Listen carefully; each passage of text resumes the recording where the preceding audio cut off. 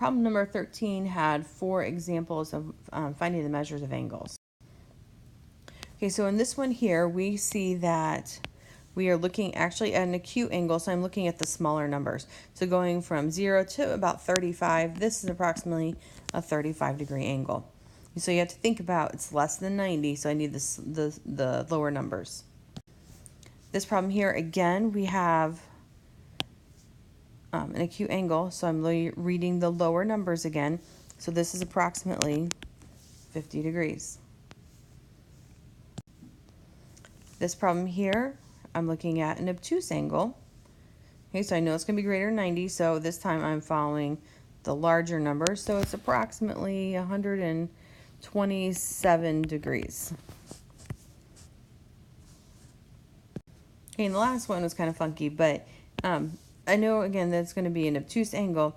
What you can really do is just kind of count, too. Like, that's 10, 20, 30, 40, 50, 60, 70, 80, 90, 100, 110, 120, about 125 degrees. Okay, you could also see that this part here, or this angle here, is at 165. We know this is at 40, so we could take 165, subtract 40, and have 125 degrees that way as well.